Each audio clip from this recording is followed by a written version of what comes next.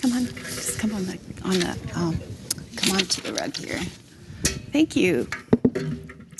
Hi, my name is Michelle Phillips. I'm a mother, a wife, and I'm a long-distance professional musher. This here is my son, Keegan, and one of my best friends in the world, my lead dog, Wiley. Wiley has run lead in my last 3 Iditarods, and to be a lead dog is to lead the team basically 1,000 miles through the wilderness to the finish line. Wiley has done this the last 3 years. I was born and raised in the Yukon. Growing up, I was your typical girly girl. At 4 years old, I did figure skating and ballet.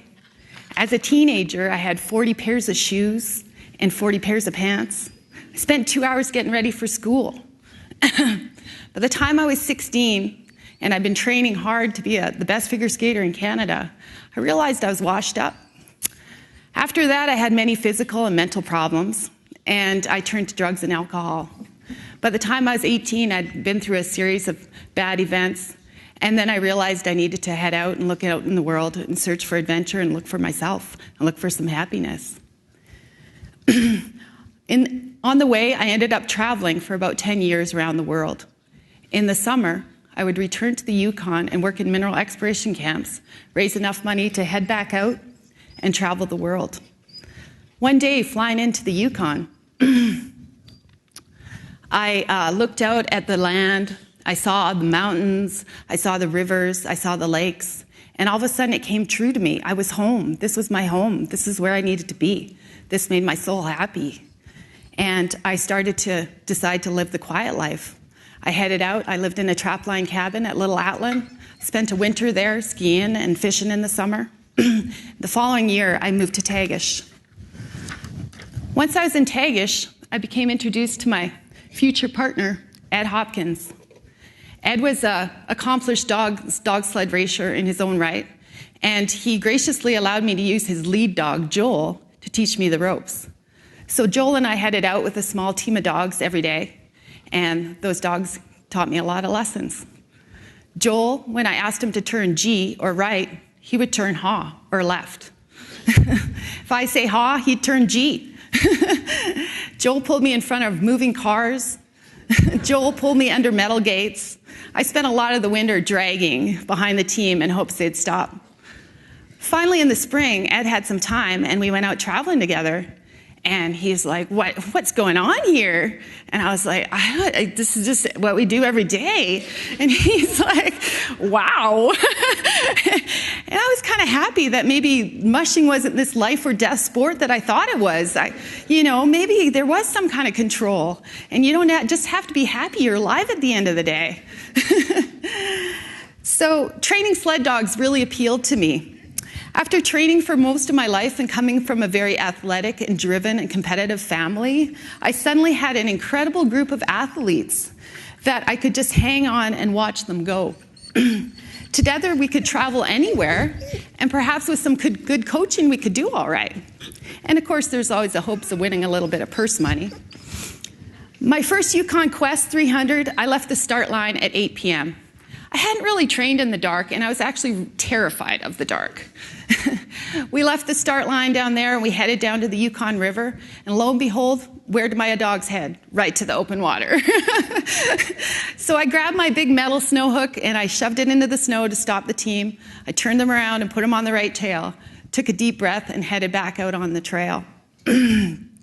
Most of the race, I was spent either dragging behind the sled or on the sidelines with my hood up. At one point, I was traveling towards McCabe Creek, and I had to cross the Yukon River. The ice had frozen extremely jumbled.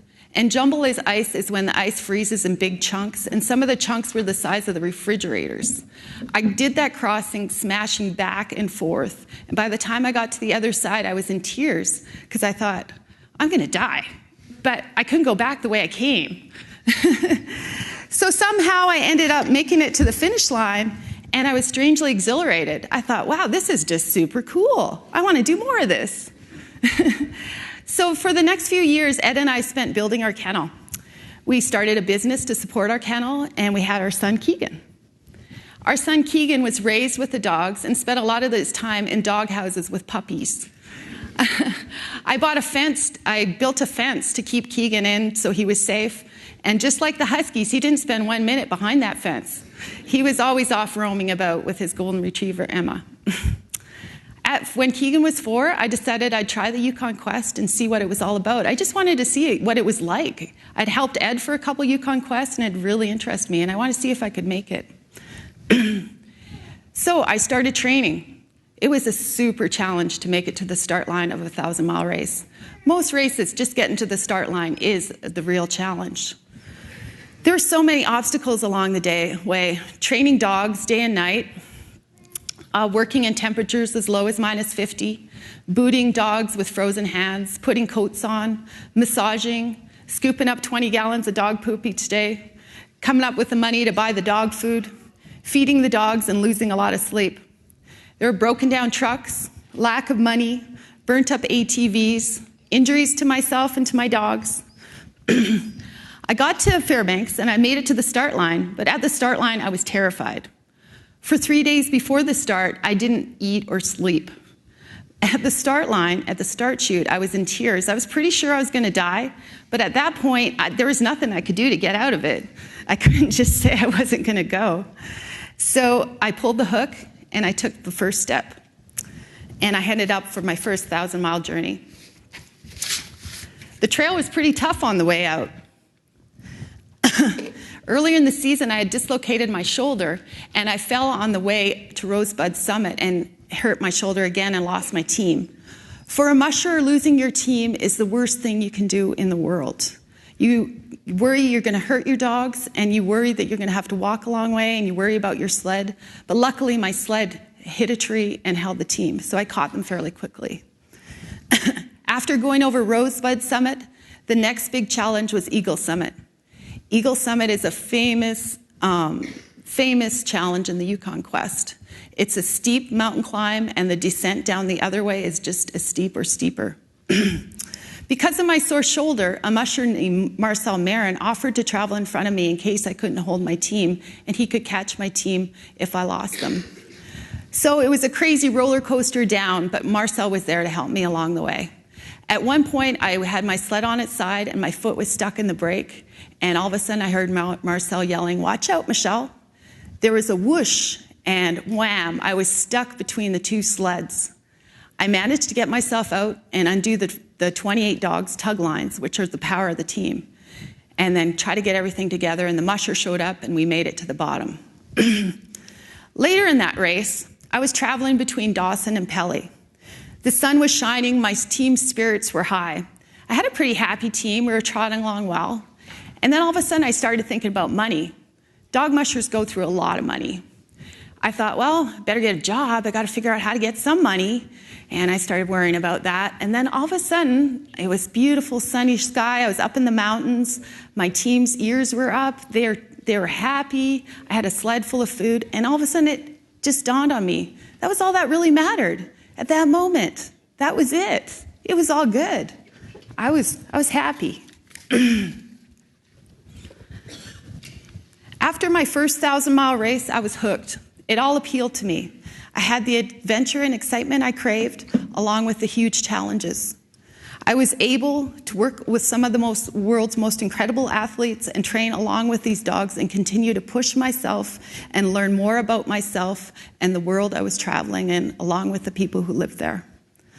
I've been able to travel to some of the most beautiful places in the world by dog team. I've watched the moon rise and hang in the sky over the Bering Sea. I've danced and sang under the northern lights with my dog team. I've watched amazing sunrises, sunsets, northern lights, and best of all, I've all shared this with my best friends, my dogs. To date, I've run 6 Yukon Quests and 3 Iditarods. In 2013, Ed, my partner, will run the Yukon Quest, and I'll run the Iditarod. As a family, we work together to raise our dogs. Keegan raises and trains our pups. Ed trains the 1 to 2-year-olds, and I run the 3 to 10-year-olds. Our retired sled dogs train the young dogs, and when they're too old to do that anymore, they just hang out and lie on the couch.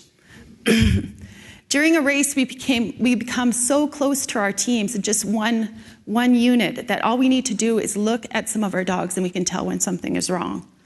My dogs kiss me when I cry and they wag their tails when I'm happy. They think I'm a good singer. These guys are our best friends and they've taught me so much. Their unconditional love is infectious and I look forward to greeting them each day. We live with 55 to 60 dogs in our kennel. During a year, we'll feed 16,000 pounds of dog food and 8,000 pounds of meat and fish. Our dogs take probiotics, antioxidants, and a special omega-3 oils. We use massage, chiropractic techniques, and many other holistic medicines. We will use 3,000 to 4,000 booties a season, and in 1,000-mile race, we'll use at least 1,500 booties. We spend days and nights training, and before a race such as the Quest, have 3,000 training miles on our dogs. This is roughly the distance between LA and New York. Sled dogs have worked with man for thousands of years. They were our transportation, how we got around and moved our gear.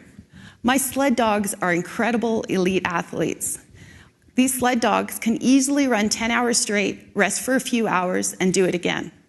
These guys will burn 10 to 12,000 calories a day, whereas we'll burn 1,500 to 3,000. Sled dog muscle cells are jammed with mitochondria, the energy-producing units. The sled dogs have almost 70% more of these per cell than humans have. Sled dogs are fed a diet of almost 60% fat, which would kill most of our pet dogs.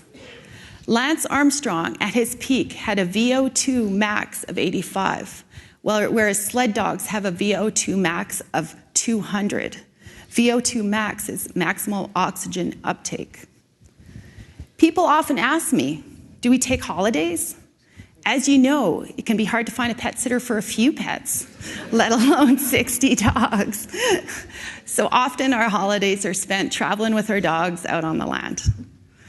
I feel that my sled dogs have taught me so much and that I'm really blessed to have the opportunity to work and learn from these amazing athletes. They've taught me to live in the moment on the trail and live from run to run and tackle the problems as they arise. They've taught me humor, to laugh at myself, to not always take myself so seriously and lighten up a bit. My dogs have taught me to focus even more than I learned as a figure skater. Getting out of temperatures as low as minus 60, resting for a few hours in a cold sleeping bag, and then heading back out after putting booties on with frozen fingers can be a challenge. But in the end, it's really rewarding. These are things I'm talking about I've learned from my dogs. They don't just happen now out on the trail, but they happen in my life. My dogs have changed me, and I feel like I'm a better person for it.